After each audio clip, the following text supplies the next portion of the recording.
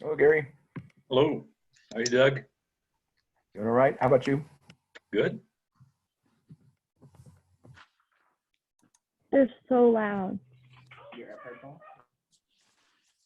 Hey, Scott, it looks like our walls match. We match colors. Oh, yeah.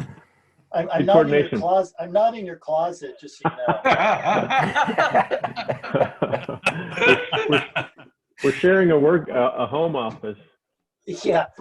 Can you hear me? Are you up in the attic? Yeah. You paint your attic the same color? No. Now we just need your squares to sit directly below and above each other. And then... Yeah. Yeah. Uh-huh.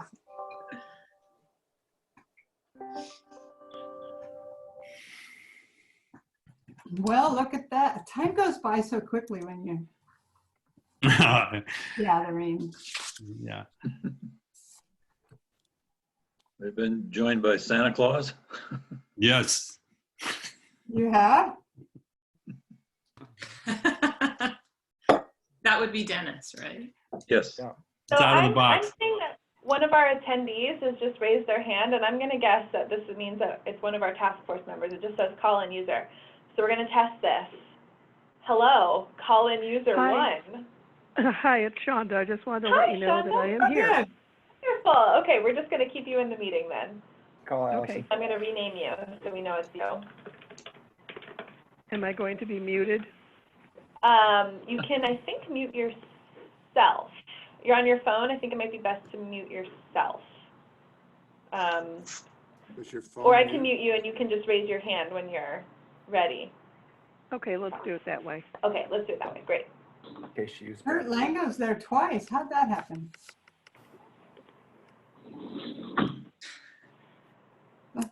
Hi, Christy. Hello.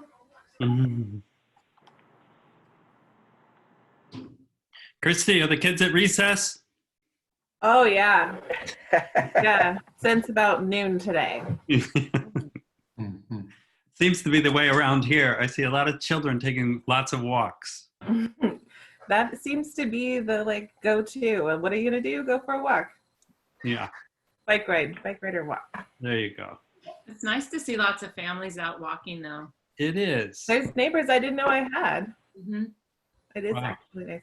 And people that didn't know we had children. So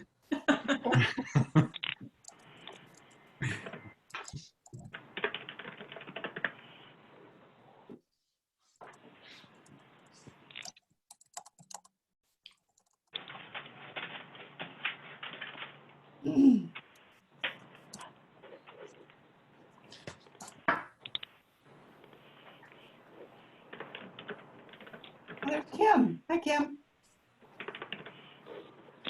Hello. Hi. Hi, Grover.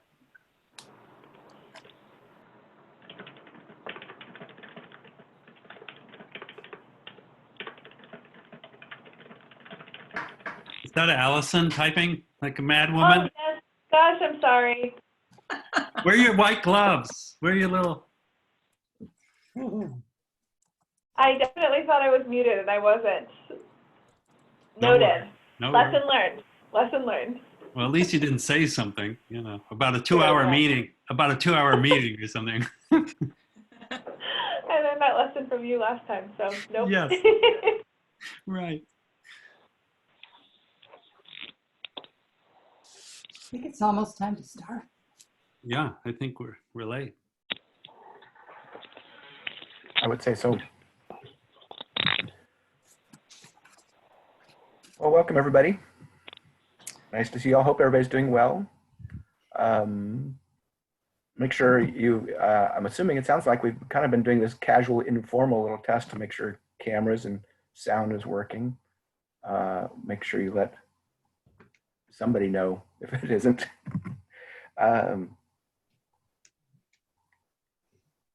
We've got, Allison, did you want to talk a little more? You usually do a little intro on Zoom, but maybe everybody's got that down at this point.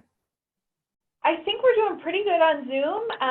Let us know, let Amber know if you're having any technical issues. I know that we have Mark Elliott and Shonda Wild. They're in our attendees list, but they're on their phones. We're going to make sure that we unmute them when it's time for any discussion or opportunities to weigh in. So Mark and Shonda are here. They're just quiet on the line.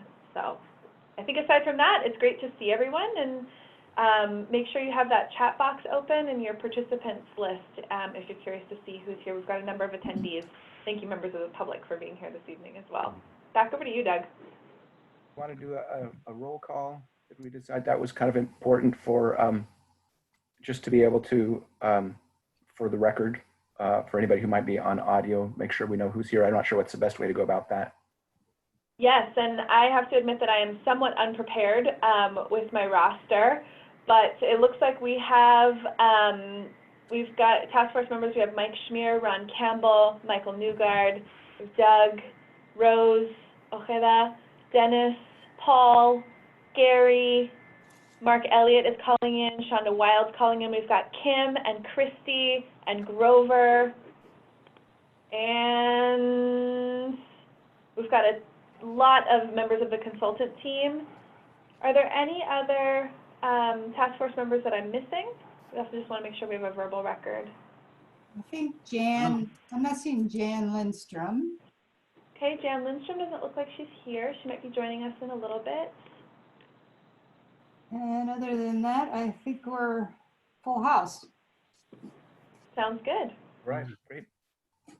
One item of business taken care of. We'll move right along. Design team members, we've got lots of those. Kurt Lango, Jim Cavledge. I'll read through this. Ken Ballard, good to see you. Jennifer. Scott is here from NCPRD. Laura Zentner from, was it BCS? I forget how to, like, all those departments. Ray down there in the bottom, on my screen, bottom corner. So, and company, some of the names I don't know. So we've got a lot. Can I just, go ahead. let me just add one thing. I don't know if this group has met Ken Ballard before. I know Ken's been involved with the project. I can't recall if he was at a previous task meeting. So I just wanted to introduce Ken Ballard. He's a part of our team. He's our recreations operations expert. So we wanted to make sure that he was able to be part of this conversation, and will be part of next week's as well. And then everyone else you already mentioned that I think we're all familiar with. So thanks, Doug. There's a couple of other staff here I think you didn't mention. We've got Jessica Boderin, who is taking notes. She's also helping us scribe any comments that might be on the chat box. And then we have Tracy Grambush, who is our financial analyst. She looks like she's driving somewhere, but she's part of our team as well. Mitzi Olson, we mentioned Laura and Scott, and then Amber is our tech specialist, our public and government affairs representative, and she's does a lot of help on the project as well. We have a few people in the audience, which I will not embarrass and call out, from NCPRD. It also looks like we have Commissioner Savas on the line. Welcome. Commissioner Savas, if you're interested, you'd want to make a couple of comments now or at the end of the meeting, that would be great. Or if you want to join the meeting, just let us know. Sure, I'll reserve any comments till the end. Thank you. Okay, thanks. All right, well, so now that we've got that covered, I think. So busy meetings, few meetings, four meetings, really. We've got so much going on with the design presentation that's going to take 2 full meetings. So tonight and then next Thursday, same time, same, well, maybe not same place, same channel. And then 2 more meetings after this, because it's going to take plenty of time to really discuss what we think about the designs that we're getting presented. So not a whole lot of time for questions tonight, and maybe some next week.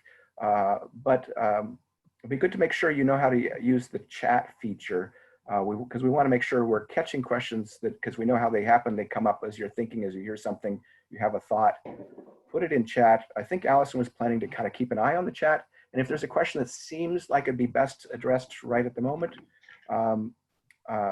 we'll interject with those and get those taken care of when there's a moment to do that. The rest will kind of just be there on record. So we have those to address either at the end of, toward the end of this evening's meeting or next meeting, or just when we finally get to where we're things out. Is everybody comfortable using the chat feature? I don't, down at the bottom of your screen, there's an option to chat. Probably best to say chat with, I don't know if it's best to say chat with all or just chat straight with Allison and have her record that. I mean, chat with all, I suppose. We'd all see your questions and say, oh, I have the same question. Then you don't have to ask it again. Yeah, I'd say go ahead and chat with all, and do note that it's a tool. Some of us learn best when we're able to kind of take that question, get it out of our heads, type it out, and then move on. And I know some of you might want to kind of sit with your questions, or you might find the chat distracting. So feel free to use it if you want to. If anything particularly noteworthy or an opinion is expressed, or we need to stop and discuss anything that's coming up in the chat, I will make sure that we do that. But the whole intention is just to give you an opportunity to share your questions as they come up, so that we can capture them and be prepared for our next meeting, and you don't have to spend time writing a supplemental email unless you'd like to. So use it as a tool, and you can chat with everyone so we can all see it. It's part of our public record. That'd be great. That's great. And then, if you have a particular question that maybe would be a technical question, address that to Amber. Procedural question maybe to Allison, but otherwise, yeah, share that with all just as we're going along, and just know that questions will get addressed, but maybe not immediately. Yeah, so we've got the two presentations, or two meetings for presentations tonight and next week. Everything's being recorded, of course, so if you have questions after the fact and you would like to review them, those recordings will be available, so you can go back and say, what exactly did Kurt say, and how am I supposed to take that? Things like that. What we're trying to do, we've got, I'm assuming you all got the packets hand-delivered. That was kind of exciting, and maybe have had a chance to peek at them. There's 7 different plans in there, and we're trying to narrow down to 3 that we can put out for public input. And then take that public input and follow up on that. Some of the plans, I think the discussion was, there may be elements of some plans that could be merged with others. Feel free to kind of consider that. But of course, the design team will be able to, the ones to say, yeah, no, not, or sure, why not? They're amazingly flexible, as they've shown just even with coming up with these plans. And so those kinds of things are not necessarily off the table. If you see an element in one plan and you're considering that for the other, and I'm sure Jennifer and her team will kind of address that as they're going along. And then let's see, I think the last thing we need to do before we get onto the plan is, so we've got the revised criteria that were sent out as part of the meeting summaries from before. We'll be discussing those not as approval for the meeting summary so much as we will when it gets down to where we're getting ready to start applying those criteria. So hopefully those are all looking good. If you do have comments, feel free to kind of save those or set them aside so we don't forget them, but we'll move forward. Otherwise, for the meeting summary, for those of you who have a camera on, well, for starters, anybody have any comments, questions, changes, corrections to the meeting summary for the last meeting we had? I'm not seeing any. So if you're in favor of approving the meeting summary as written to go on the record, if you can see your camera, go ahead and raise your hand to approve. For those members who are on phone, maybe we can unmute them. We promise not to use bad words. So Shonda and Mark, do we have your approval as well for the meeting summary? Yes, Yes. agreed. Great, moving right along. I guess at this point, Jennifer, it's over to you. Thanks, Doug. I do want to note that looks like we have 2 Kurt Langos in the audience here, and actually one of them is Brian Martin, who works That's true. Yeah, Brian has been a great help throughout this process. doing a lot of work behind the scenes, so he might be able to jump in from time to time to help answer any questions as well. Yeah. So tonight, as Doug noted, we're going to focus on the site options. And because there was a lot of thought that has gone into this, it's too much to get through in one meeting. So we thought the best way to split it up would be to deal with the site today, and then next week we'll get into the building plans and really look at the different schemes with understanding the site discussion. So as hopefully all of you received your packets in the mail today, or in the delivery, I guess, it didn't come in the mail. And we want to make sure that everybody has a good picture of what we're talking about tonight, can reference those if you can't see it on your screen well, should be a good tool for you. And we want to make sure that everybody understands the point we're starting from. We're in the master plan stage. This is a very comprehensive look at all the issues we've been talking about for almost a year. And when we are looking at that, we're considering the site analysis we've done. We're considering the program that was developed. We're looking at the jurisdictional requirements. We're thinking about the community input that we've received, and then special focuses on program elements. But this is really the stage where we're kind of doing a test fit on the program. We're seeing what works, seeing what doesn't work. And obviously, as you can see by the number of presentation schemes you're looking at, that there were not just 3 simple answers on this. Mm-hmm. So hopefully, I think as Doug noted, there is a lot of thought that has gone into this. There are some images that are going to look much more developed than they are, but they're tools that we use to test things. So I just want everyone to keep that high level in their mind, that there's still a whole design phase that's coming. So these are all ideas, and they're all tools to get us to talking about that. So I just want to make sure that everybody thinks about that from that level as we get started. So I think we have, we're going to focus, I think Kurt and Jim are going to be primarily presenting this evening, and we do really want you to focus on the presentation. So if you can follow the presentation as we're moving through it, that might help answer some of your questions as we go along. So I'm going to go ahead and turn it over to Jim. And I'm going to actually share my screen, which might be— Yeah, that'd be good. Sorry. So if there's any problems.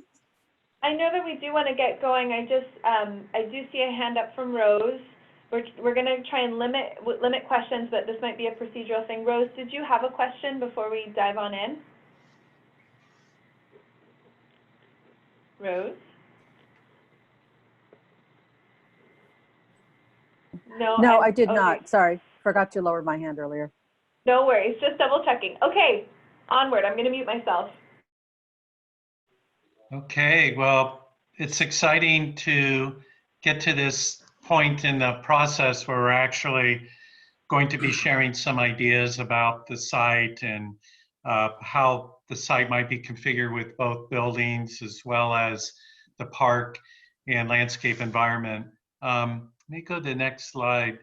And as we start this process, we really want to look at the project really from the macro scale and work our way down. And a really important aspect of this site is that it sits pretty isolated really from a lot of the other park amenities that NCPRD offers.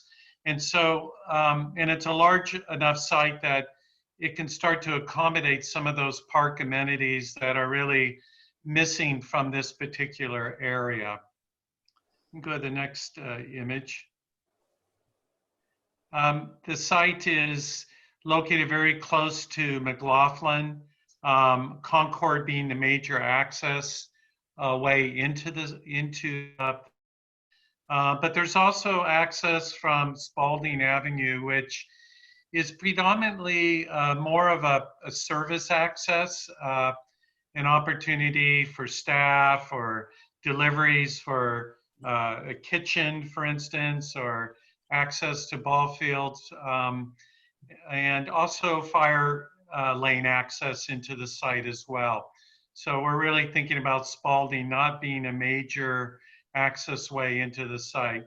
And depending on the layout of the program and where parking's located, Olive may or may not be an important access point into the site, but it would always be a secondary access way into the site.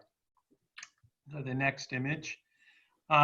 It's interesting where the Concord property is located. It's to the west, abuts commercial real estate, big box retail, Walmart, direct connection to McLaughlin Boulevard as well, which is really fantastic in terms of access. And then there's really to the east, predominantly a residential context. And then the open space that really surrounds the existing Concord School.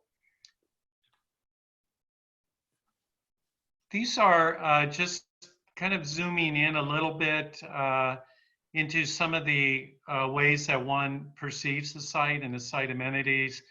The image number one is really taken from the southwest. It's coming up Concord.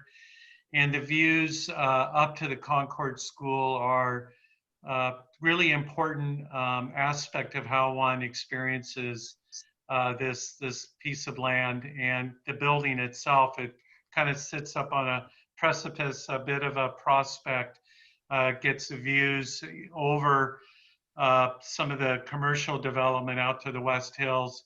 Also, this view corridor can be seen at certain moments even from the intersection in McLaughlin and Concord. And then image two is focusing a little bit more on the 1948 edition. It was done by the same architect, very sympathetic, compatible to the original building. View number three starts to give you kind of that experience of the open field area, the backdrop of the neighborhood trees. And then view number four is looking back into the open space that's kind of cradled in at this southeast corner of the site behind the L shape of the existing building. There's a little bit of topography there as well. Kind of an underutilized portion of the site currently. And then this is just an abstraction of some of the landscape features. The dark green, we specifically indicated to help one understand that there is some topography on the site. So the dark green is where the land slopes, either berming up to where what is a kind of a flat playing field in the northwest or northeast corner. And then there's also kind of a bermed embankment along the west property line. And as you're all aware, the kind of gradual slope up to the front door and the front facade of Concord. And then I was just showing on that image four some topography, kind of 6 to 8 feet of a slope of land, and even kind of a concrete block wall that helps retain some of that earth right now. There's a little bit of a sense of a moat that goes around the 1948 edition. And then this is just kind of that first kind of look that we shared previously of the main program elements. And actually, you know, parking being one of the major program pieces on the site. This is kind of our, at the time, kind of a ballpark guesstimate of what we think the parking might be. And as it turns out, that's not too far off from what the parking requirement in the area that it would take up on the site.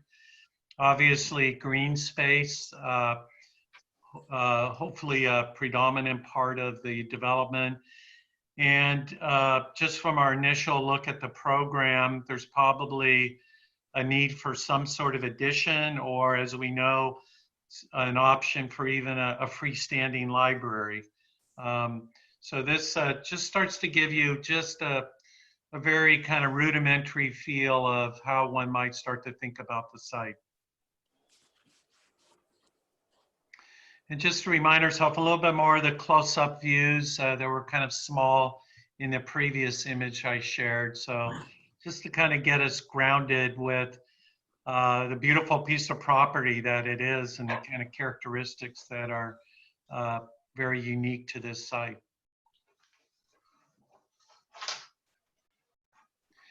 The next kind of part of our presentation we want to focus on is just the whole kind of workshop that happened. I mean, it seems like yesterday, but it was maybe 3 months ago or so. It's been a while. It was a really exciting event where the program elements that we've all kind of worked on together and discussed, we brought those to you as puzzle pieces, both in terms of the site as well as larger elements that for the program for individual floor levels. And it was amazing what you all did within, I think it was just an hour of thinking about not only the site, but how one might think about the various floor levels and additions onto the Concord School. This was really inspirational for us and has really helped inform how we thought about how to think about the site. The next image really starts to take the concepts that you all came up with and a broader community as well. And we organized them into different categories, and we realized there were 4 tables that actually worked on developing the idea of a freestanding library. And where would you locate that? There were a number of different ideas, and what would that mean in terms of the existing Concord School being fully dedicated to community center and recreation uses. The next kind of category, we'll call it option 2, was a library as a North Addition, where the library is integrated into the Concord School along with the community center recreation functions. Option 3 was the idea of perhaps a library as an East Addition, or kind of in that southeast area behind the existing Concord School. And there were a couple of tables that took that idea on and kind of really explored what the possibilities of that would be. The next option, number 4, is there were basically kind of 3 tables that took a look at this, which was kind of more of a recreation focused edition with the idea that could the library really find its way into the existing Concord School primarily, with thinking about a gymnasium or other recreation components really being the primary focus of an addition. So with that in mind, that there was a lot for us to chew on, and we really used those, the main concepts, ideas that you all came up with as a way to organize our thinking.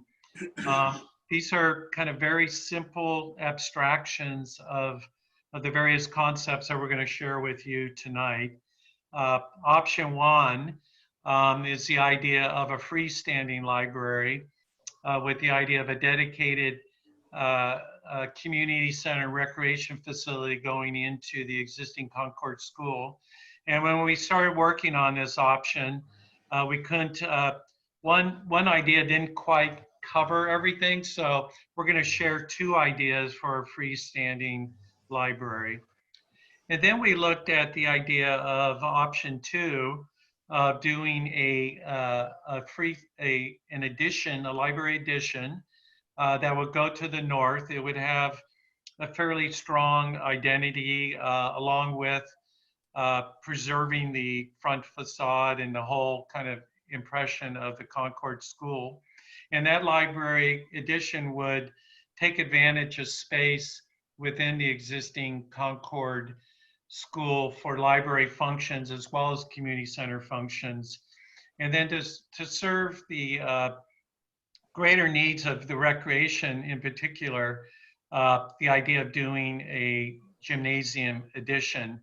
I think you might be aware that the existing gymnasium is a very undersized space for recreation uses. And so the idea of doing an addition that would be a more appropriately sized gym is what's integrated into this option number 2. And then option number 3 takes a look at, again, a combined community center recreation facility with library, but focusing on a library addition to the east. Option 4, very similar in that the addition in this case would be recreation focused. It would have multi-purpose exercise rooms, a new gymnasium. And in this scenario, option 4, the library would be located on the upper level of the existing Concord school. And then the last 2 options, which are categorized as option 5A and 5B, look at different scenarios for not doing any sort of addition, but can we, in some fashion, organize a community center, for instance, in option 5A, at the lower level with the library on the upper level, or in option 5B, library at the lower level, and then recreation community functions on the 2nd floor of the Concord School. Hi, this is Kurt. So I'll start here. This is the landscape affinity diagram, and it's actually a really important diagram for us because I think it helped really inform a lot of the designs that you'll see in a bit. And it's really about thinking about both kind of common and kind of natural relationships between kind of major uses on the site, and certainly thinking about the building and the parking, those being in close association with one another as you enter, kind of ease of access into the building on one side. And then on the other side, thinking about this kind of large, open, flexible space that certainly could continue to accommodate some of the events that happen out there right now, as well as some active play. And then within that area, thinking about shelter, kind of loop trail and play area. And, you know, both of these kind of site uses kind of bookend kind of a central plaza, and what we'd like to think of as kind of an outdoor living room, may have a water feature, other elements that allow for large events, but also small gatherings as well. And then service certainly is important, both as it relates to the plaza and the building itself. So, you know, these are the elements. Then visually, you know, what do they kind of look like? So certainly on the upper left-hand side, this kind of open, flexible lawn area. A lot of things can happen there, whether it's throwing a Frisbee, some soccer games, just lounging. And then adjacent to that, the play area. You know, certainly hasn't been designed yet, but thinking about all the different types of play, inclusive play for children of all abilities and ages, I think is going to be a really important part of the design.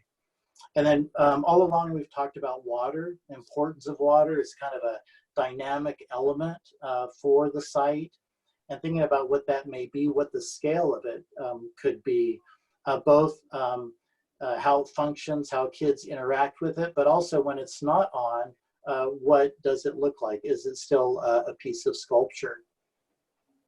We've talked about that large kind of plaza open space being able to accommodate events of all types. I think an equally important aspect of that is, what does it look like when no one's there or only a couple people? So making it feel comfortable at a variety of scales for different uses. And then that middle lower one, I think certainly we want to try to start off with planting some large trees. I don't know if we'll be able to get them that large, but we've heard all along the importance of shade, you know, for a site that doesn't have a lot of trees, shade. And then I think lastly, what I remember is everyone talking about the building, the old Concord Elementary School, and creating memories. And certainly I think with the site and the new buildings, wanting to create kind of memorable spaces as well. So another key part of the site program is the parking. We obviously want to provide appropriate amount of parking, but we also don't want to provide more parking than is required that might take away from some of those park amenities that Kurt was just sharing. So there's Clackamas County has a zoning code. It's from our experience and also looking at national standards, it kind of overstates perhaps the amount of parking required for recreation and library uses. You can see national standards that are slightly less than what Clackamas County is using. Our parking consultant, excuse me, feels that these are probably realistic. And then we also compared national standards to our experience on other libraries and community center projects, and feel that the national standards are probably a good guideline for us at this point in time. And so that's what, when you look at the site plans we're developing, we're using the parking ratios that are the national standards at this point. We're going to have to review this with Clackamas County, get their sign off and approval, but we wanted to, what we feel is, and from our experience, the appropriate amount of parking. The next image. We've shared these images or affinity diagrams with you before, but wanted to just revisit them because they're the basis of how we think about the program on the site. So for the community center functions, there's the entry spaces, a nice sense of lobby, community resource room. There's going to have to be restrooms, probably some sort of staff support or overview of monitoring the entrance. And off of that entry, having the access to the NCPRD district offices. From an efficiency standpoint, that staff support area that overlooks the entry and as the welcome desk might be integrated into those district offices as well.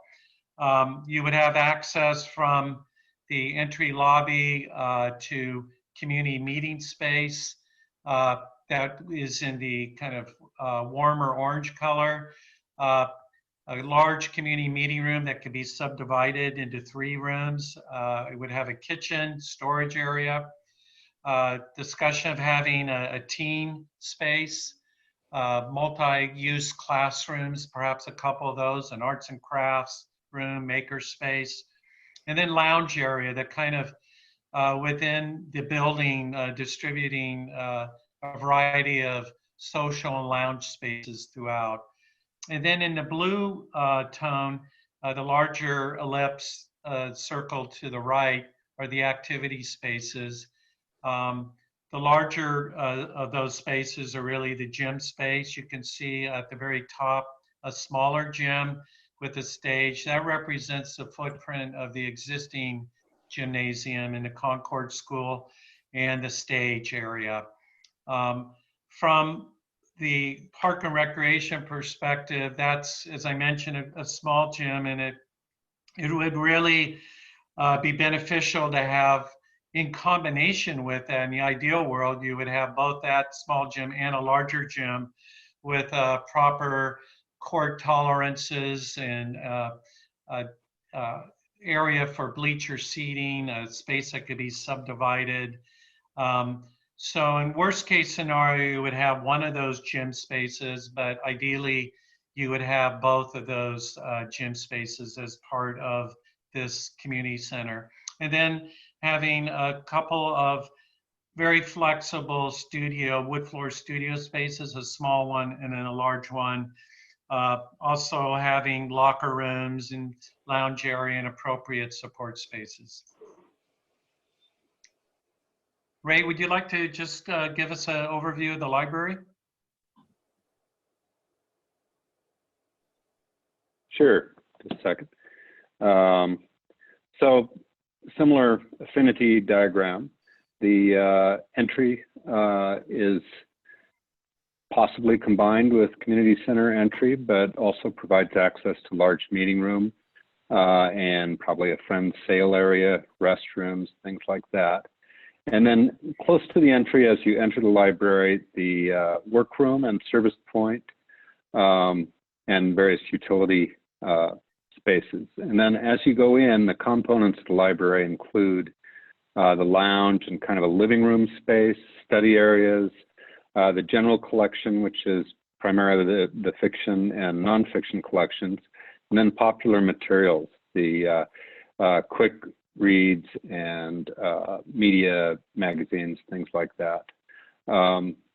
Periodicals and media are part of it, and then of course a teen area, dedicated teen area, some small meeting rooms that are good for tutoring and those kinds of activities, and a children's area.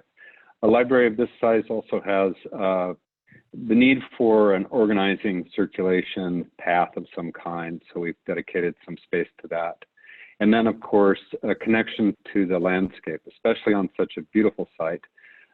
It would be really nice if spaces inside the library took advantage of the nice outdoor surroundings, and maybe even in a controllable courtyard, as well as looking out into the site and the vistas and activities around the library. Great. And I think one of the benefits of the synergy that can happen between a community center and a library is the idea of shared spaces. And certainly within the library specifically, there's, restroom area, the lobby area, as well as the notion of the library at large, library meeting room. And there's a lot of synergy also with spaces within the community center, the community resource room, and makerspace, and so forth. So that makes us think about more specifically the shared use benefits of specifically just focusing on the library for a moment. Obviously, with the synergy of a library and community center on the same site, there's shared use of meeting spaces, even the large community meeting room. There's lobby areas, restrooms, and so forth. Part of this notion of shared use benefits is also stewardship of funds. And so, as we know, there's kind of two different library approaches. One is on the left, the idea of a library that could be an addition and part of a renovation of the Concord School. We know ultimately the library in any scenario is going to be 19,500 square feet. So what we've done is taken a closer look at the shared spaces. The dedicated library area, when there's an addition and renovation, is 15,500 square feet. And then the shared area totals up to about 4,000 square feet. And that has to do with the entry vestibule, shared restrooms, lounge areas, and meeting space. When you look at a freestanding library, when it's physically separated, we still have the dedicated area of 15,500 square feet, but we're going to have to add more area to that library in terms of having its own set of restrooms, its own vestibule and lobby. There's some inefficiencies and duplication that needs to happen when there's a freestanding library. So that means the freestanding library option is 17,700 square feet. The amount of shared space is much less. And the assumption here is that the large meeting room area would be within the Concord building. And so if there's a large gathering, you know, from a 900 square foot room to even larger, one would then go across to the Concord school building. So it's really kind of conceived as a campus. Again, all those numbers add up to 19,500 square feet. So those are kind of the rules that we're working with. And then this is just kind of a quick metric of looking at the square footages of the various options. You can see the constant of the library area being 19,500 in total. But what really varies is the amount of community center space combined with NCPRD offices. When you have a freestanding library, that offers potential to utilize not only the whole Concord school, but also to be able to do a gym addition. And so the 53,000 square feet for the community center, and option 2, now we're integrated, we're sharing space with the library being partially integrated into that building. And so the community center is a little bit less, 46,000. You can see the various options. 3 and 4 are similar, but a little bit less area. And then when you get to an option 5, now you're splitting the building between community center and library. And so obviously the community center area is significantly less. One thing I might notice for those who are kind of looking closely at the numbers, in the handout that we gave you, the options 5A and 5B were 47,800 square feet. And the actual area is really 46,410. That's the area within the existing Concord school. There's been some different numbers floating around. So we wanted to make sure we are consistent with what the actual square footage is. We'll go to the next slide. So we're going to move on now and start to share more specifically the site options. There are, it says, 2 freestanding options, 1A, 1B, different locations for how you might position the freestanding library. The addition, option 2 with the north addition, 3 with a east addition for the library, color coded. So you can see the library shown in red, and then blue indicates the addition when it's recreation. Okay. So just a little bit of detail here. This is very much an abstraction of option 1A. In this scenario, we looked at a freestanding library that would be nestled up in the kind of northwestern corner of the site. And with that in mind, the parking really starts to be laid out into 2 kind of nodes within a drive that connects the parking lots together. The parking that's located more in the kind of the northwest portion of the site would require access and egress from Olive Street. One of the things we looked at in this particular layout as well was the idea, as you know, the access to the existing Concord school is pretty limited in terms of having to go up a flight of stairs. And so we're looking at creating an at-grade entry. That's kind of a premise for all the schemes, is being able to provide universal access. And so the existing lower level is 2 foot, 2'6" below the grade. And so you'll see as we start to look at the various site options, the idea of regrading that portion of the site, creating an entry plaza. And in this option 1A, we're looking at removing the main monumental steps and saying, let's re-envision the front entry coming still into the same center location, but at grade without those monumental stairs there. Just quickly, we're going to go into much more detail on the floor plans at the next meeting, but this shows the relationship between the library entry and the community center entry. On the left is the lower ground level plan, and it shows the black arrow that is the main entry, the new entry I described, where you come in.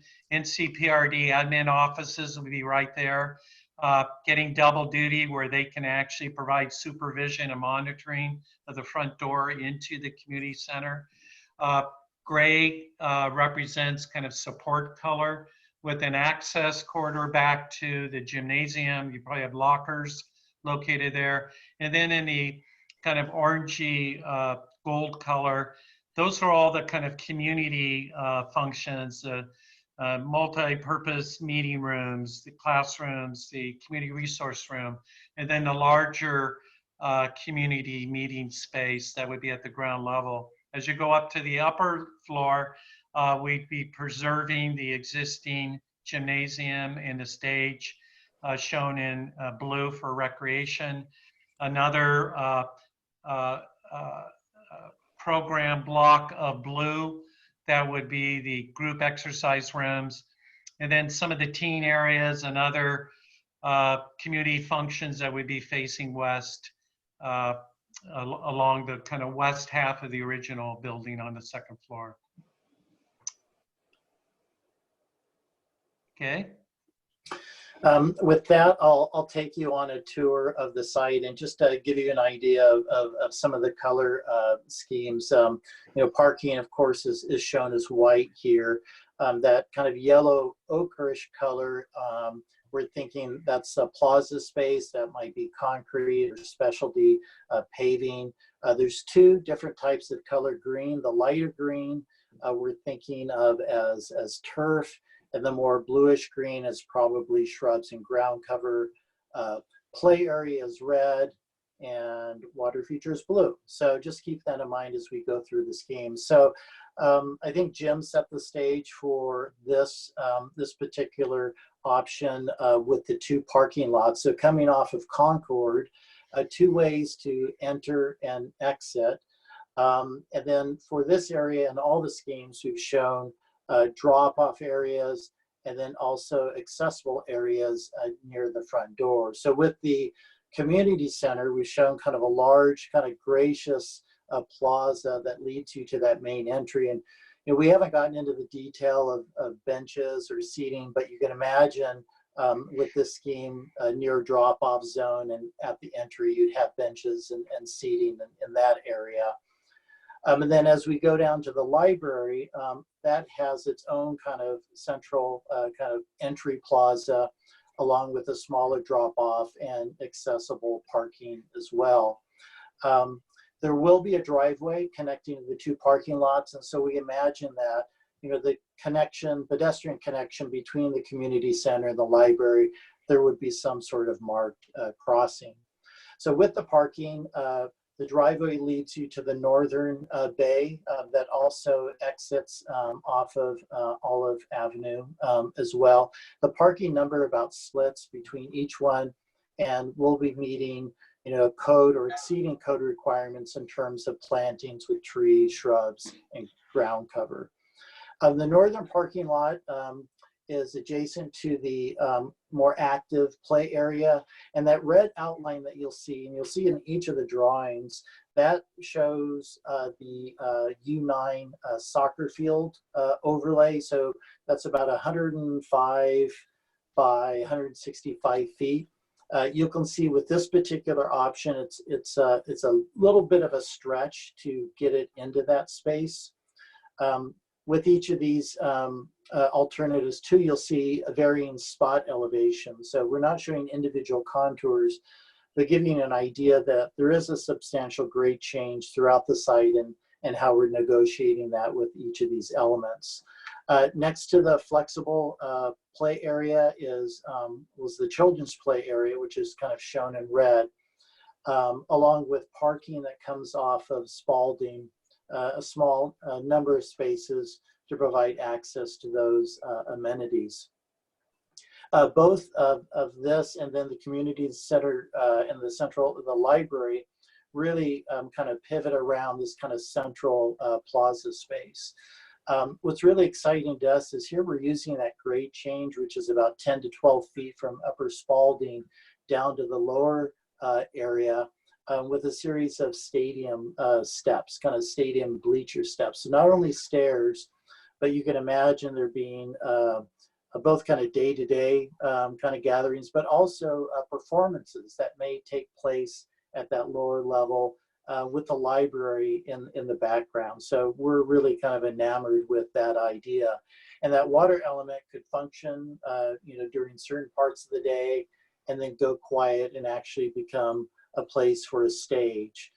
We're also showing a shelter as well. And then on the south side of the stairs, we're showing a ramp bringing people from that upper level down to the lower plaza. So accessibility is really a key component for each of these options. Great, thank you. So the next option, what made us think about this idea was, is there a way to think about developing a layout of parking that wouldn't require one to walk across a drive to go between the library and the community center? And so this looks at a layout where the parking is kind of really kind of inscribed against the west property line, sort of a Z shape that holds that west property edge. And what it does is push the library inboard a bit, locates it very much closer to the community center, and starts to think about a kind of more of a European kind of scaled open space between the community center and the library. We also start to look at the idea of not changing the monumental stairs that are kind of so much a signature of the existing Concord school, but keeping those stairs and creating a new accessible entry that's kind of located kind of right in a kind of crotch of the L of the existing building, and then having the two entries between community center and library be much closer together. Go to the next. I'm not going to go through much detail here. The main difference is just that we move the entrance to the Concord school into that kind of crotch of the L. The little different layout for the NCPRD admin, where they would also provide the kind of welcome desk and the monitoring of who's coming in and out of the building. The rest of the functions are pretty similar to the 1A layout. With this option and placing the parking behind the library, it really kind of opens up this kind of interesting relationship between the library and the community center, and thinking about that being this kind of large the grass or garden area that kind of opens up to Concord Avenue. Similar to maybe some of the grass and planting areas that you see out there today. We here with, I didn't mention it before, but with this parking, we have about 218 stalls and a little bit of less than 1 acre of open space. So that kind of draw in between the two buildings then leads to this kind of central plaza area. We do have stairs that bring you down from Spalding down to the lower plaza. With this option, we were thinking, well, because we have that grade change, maybe we could take this opportunity to put the play area down on the lower level versus the upper level as it was for the first option, and actually use that grade change or that slope and have that be an interactive element as part of the play area. Maybe it's slides or something where kids can run up and down that sloped area. We're also showing shelter in the kind of upper area, and you can see with that kind of soccer overlay that we get a little bit more room. It could be a little bit more generous in order to accommodate it, but more flexible open space in that area. And I'll mention that we're showing trees kind of throughout the project or the site to provide shade. And I think I saw a note about bike parking. Certainly bike parking would be incorporated as part of all these options. Yeah, one thing I might mention too is you might wonder, what? That's an unusual shape to the library. And on the south side of the building, we are looking at ways to open up the view corridor back to the existing Concord school. So that's the kind of the genesis of that angle geometry that you're starting to see, and you'll see a little bit more detail on that next week when we share the plans. You can go to the next option. This is the addition now to the north with the library and the gym. In this particular layout, all the parking is kind of located directly in front of both the library and community center, and it preserves a larger piece of the parcel of land for park open space. It's, you know, the previous options were close to 1 acre. These next two options, or three really, 2, 3, and 4, are going to be closer to 2 acres of land. Next, please. This shows the combined layout here of the library with the community center. So shared entry at the lower level, you come in, the library's presence is just right there. Along with the addition to the north, it has good identity and presence. The offices for NCPRD, and then a support area in gray underneath the existing gym with access directly into the new gym addition. Up above, a community room area in the kind of orangey gold color, and then preserving the existing gym space and stage area, providing some multi-purpose exercise rooms in the southwest corner on the second floor. Okay.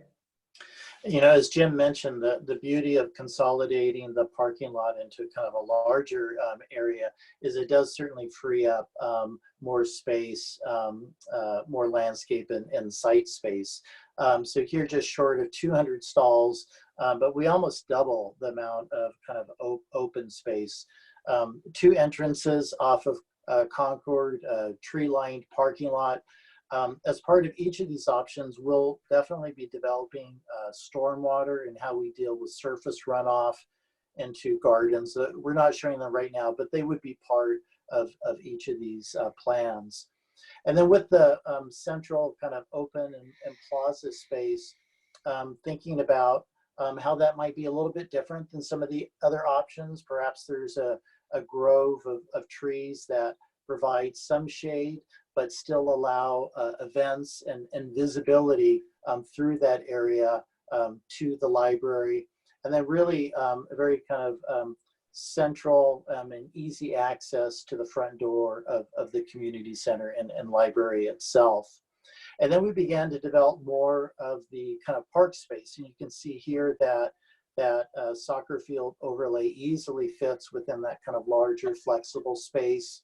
We've begun to show kind of loop trails that kind of navigate, you know, through these trees and through the different kind of park elements, play area shelter, groves of trees, and a water feature as well. What's interesting about this particular option too is that stairway that leads from Spalding down to the lower plaza, how that may join up against the library to provide views down into that space and also provide an area for seating as well.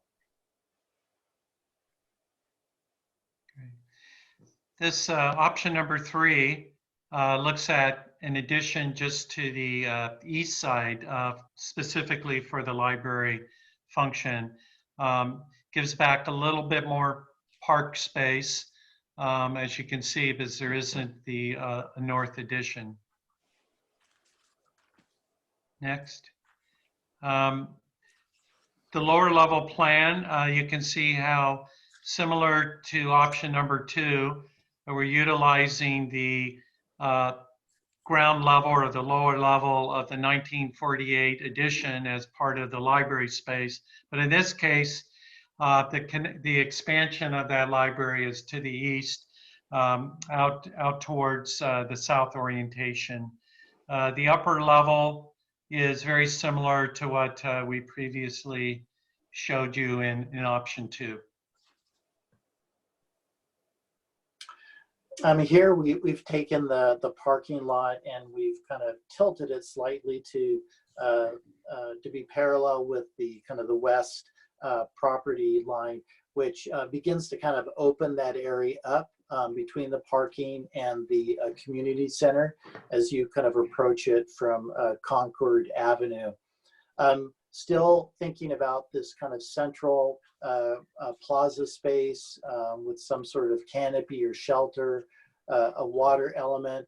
And with this one, because I think we have the most park space, thinking about maybe a large loop trail. I think right now it measures about a quarter of a mile. So, 4 times around it equals a mile. So really kind of nice walk that makes its way through the trees and brings you to the play area and shelter in Central Plaza. Whereas the previous ones had a little bit more of a formal access from that kind of upper Spalding down to the plaza. We're thinking about this one as maybe a little bit more of a garden path that kind of winds its way through planting areas and trees. So a little bit more of a meander as you get down to the lower area. So option 4, the overall plan layout's somewhat similar, so now we're looking at a recreation edition. And the more detailed plan at the lower level illustrates the idea of still having that kind of knuckle entry. You come in, there would be a connection to the large gym addition, along with some multi-purpose exercise rooms. On the north side of that entry would be the the large community room function. That could be a subdivided room. In this particular layout, the library is located up on the 2nd floor. And I'm not going to go into detail on that, but the library definitely fits up there. And we'll be going into... I'm listening. Okay. Pardon me? Nothing, sorry. Oh, we'll be going into a lot more detail of how that actually lays out next week. There would be some also community meeting space that would be located up on the 2nd floor as well. Okay. Really just a minor change on this. It's very similar to option 3. With this one, that meander trail that I was mentioning before from Spalding down to the lower plaza, here we're showing a set of staircase. So for those people that are interested in meandering and want to get down from point A to point B as quickly as they can, but essentially the same as the previous option. So the last 2 options, option 5, no addition. That's somewhat self-explanatory. Next. So this is just an abstraction of what that means. At the lower level, one scenario would be the community center functions. Obviously no gymnasium space, but the upper level would be the library. The other option, let's see, let's just go to 5B, would be the library at the lower level, and then the community center and recreation functions up on the upper floor. And maybe now we can look at the site plan. Yeah. Yeah, I think with the site plan, we just made some minor parking changes based on the building square footages. And then I think you'll notice up on the east side behind the community center library, we have a little bit more room back there. So we're showing parking and green space that relates to what's happening inside the building. So that's, go to the next one. Yeah, so that's really, we can go to the next. image, please. Yeah, so this really, it kind of is a synopsis of what we've been looking at. You know, we were here, you know, our directive was to create 3 options. Obviously, we created more than that because as we got into it, we realized there were other variations and scenarios. So we feel like we've really tried to unearth what are the possibilities and potentials of this site. And with that, we just want to I turn it over to Allison and Jennifer. We have about 20 minutes left. So I just wanted to make sure we had adequate time for what the next steps are here and what Allison would like to bring up. Yeah, actually, before you totally go away, Jim, maybe you can give us a little teaser on the kind of information that we'll be looking at in the next meeting. Okay. This is kind of a 2-part series, just to Okay. so folks know what they'll be looking at. A little next preview.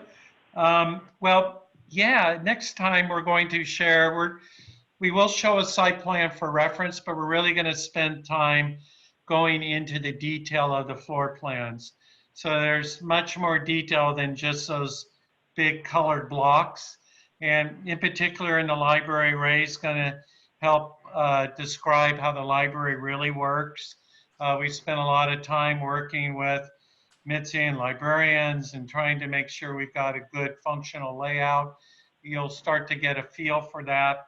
Also, the same sort of issues related to the community center and how recreation functions work and community activity spaces. And we're also going to share some 3D massing because you can't judge everything just by a plan. In fact, plans are sometimes can be a little deceiving how what the actual experience is. So we're going to show some 3D massing that suggests an idea of where you might have glass or solid walls, just to kind of help you visualize it. It's not a design yet, as Jennifer said. And then we also have some interior views too. That'll give you a little better sense of what some of the main spaces, in particular the library, might feel like. Thanks. So we had a couple comments from folks and questions in the chat, but I'm guessing that a lot of you might have more percolating. So please do email questions that you have to Catherine, and the design team can start to take those and think about our upcoming meetings and how to make sure that we're getting you the information that you need, because it's a lot to look at. But maybe Catherine, do you want to, or a chair, talk a little bit about next steps? Sure.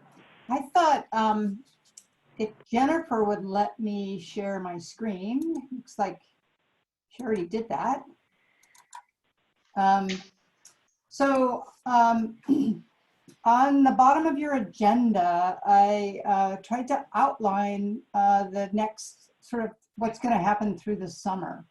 And we've been so focused, you know, since we've started Zoom meetings on content and really working through the design tasks at hand that we haven't really talked too much about process. So at the bottom of your agenda, we've got some meetings laid out, and I just wanted to run through them quickly. So what you have decided, we've all decided, is we're working at weekly meetings here for a while. So this is the second of our 2-part series, as Allison called it, next week. And thank you for your patience while we run through all of this information. And then after that, we have 2 consecutive meetings that will be completely questions and answers. And so I think that you got your hard packet today, a hard copy packet, or the other day. You'll get another one next week, and then you'll have the complete package and a lot of time to assimilate everything that's in it and then everything that has been presented.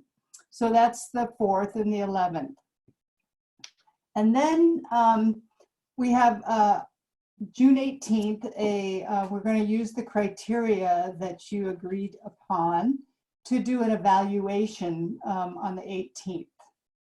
And then we're going to roll into a draft survey to go out to the public, and then do public outreach mostly in July, with a review of that public input in August.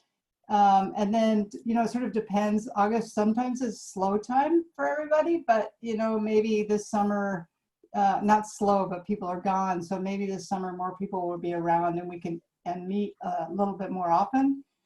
So those dates have not been determined yet. We'll talk to you more and to the chairs about that. And then in late August or September, you will do a final evaluation with the criteria to make a recommendation to the board. Now this part right down here, there's some new thinking about this here. The yes, no on the library on the Concord property.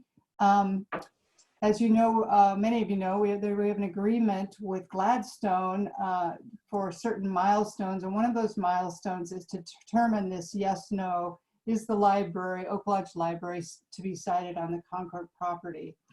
And since we're a little bit behind because of COVID, we did some thinking about this week and are thinking we might be able to, if you're up for it, do that in tandem with the criteria evaluation or just after, thinking that perhaps at that time you would be ready to make a recommendation to the board about whether or not the library would be sited on the Concord property, thinking that you are going to determine the 3 alternatives that go out to the public. And so we want to make sure those are feasible, and therefore you would be making a determination that it is feasible for the Oak Lodge Library to be on the Concord property. We can talk about that a little bit more. I'm going to put that on our agenda to talk about with the chairs and figure out how to best approach that with you. And if that seems like a feasible idea to squeeze that in June, in which case we would be able to meet the terms of our agreement with Gladstone. So that's my update. And next steps, it's probably more than you were ready for, but do you have any questions?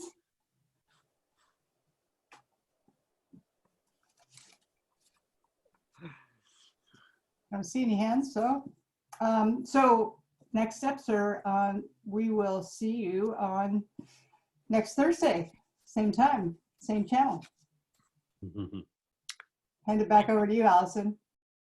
I think actually it's to Doug and At Dennis. this point, I think we need to see if we've got any public comment. I believe at this, and I don't know if any of the participants or attendees have mentioned whether they've got anything to share.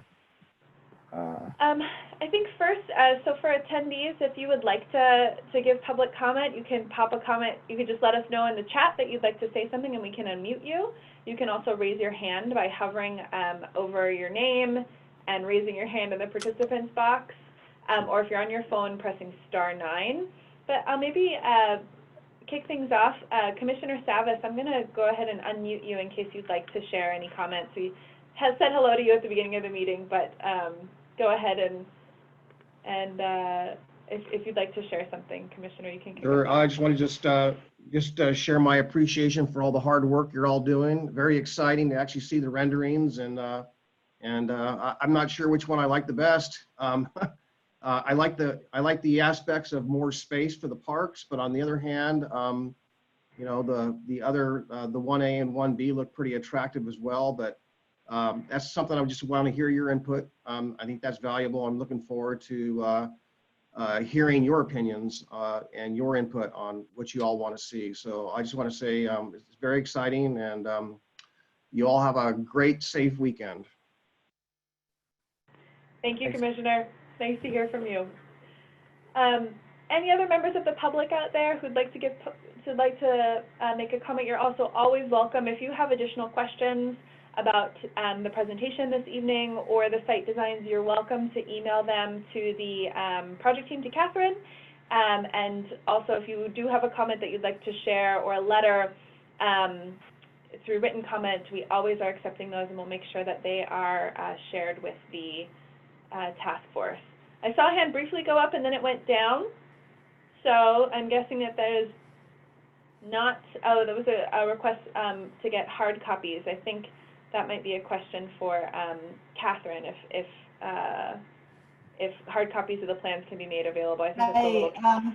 So Jeffrey, I saw you also sent me an email. Thank you. It's kind of tough they're really expensive is just one thought on that. The drawings are posted online. Jeffrey, do you feel like that would work for you? Because we don't have access to our copiers right now. I'm wondering if just an electronic copy would work for you.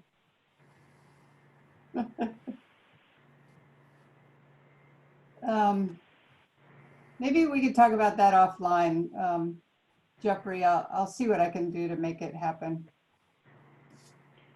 That's great. So I think that conversation. Christy had her hand up. I'm sorry. Christy. Oh, Christy, hey, you're not. So I'm going to just go ahead and close our public comment period because I don't see any other hands. So we can maybe take additional questions and comments from the task force. But we'll close public comment for now. Thanks, folks. Go ahead, Christy. I just had a question about the two different entrances, and I'm trying to just wrap my brain around the function of the old entrance, and would that be taken apart if it's not in use? And because a couple of the scenarios had alternate entrances as the main area, and I'm having a hard time without kind of I'm a visual person. Sure. Jim, is that something we're going to be getting into next week when we start looking more at the details? For that next week, and okay.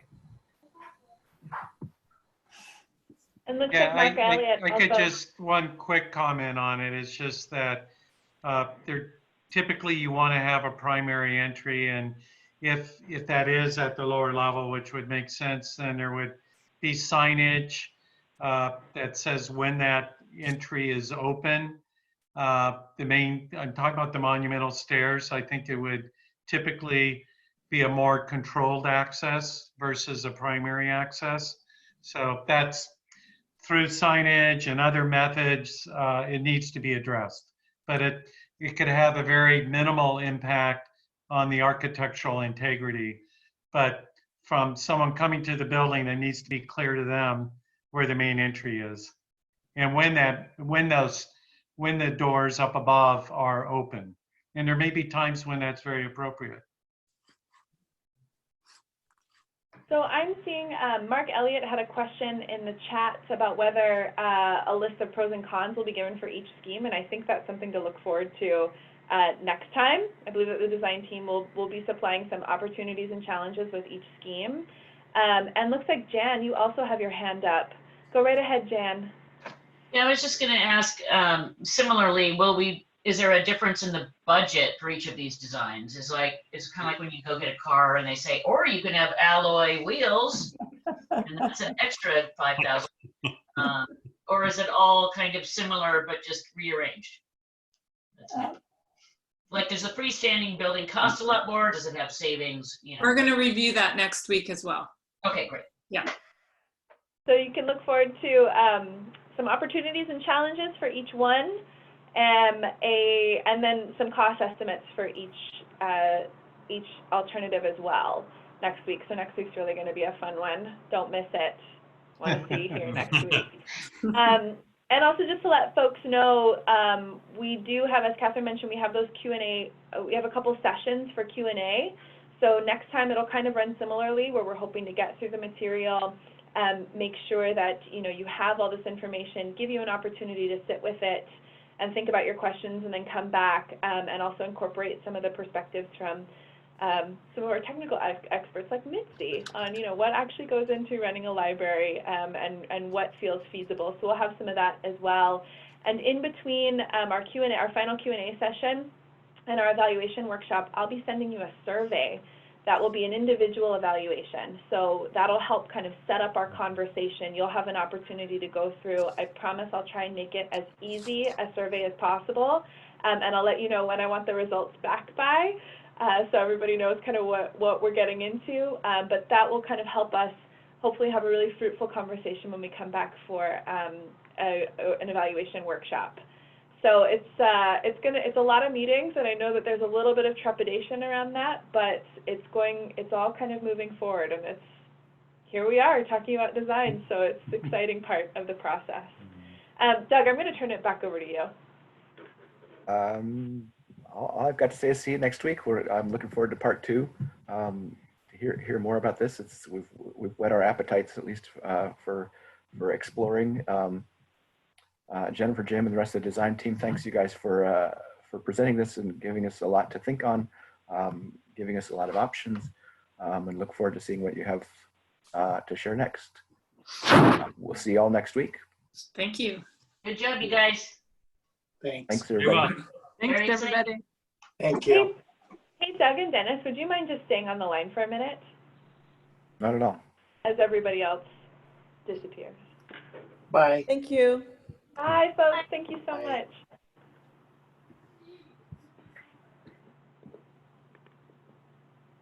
It's so weird watching people disappear. It's like, Hi, Thelma.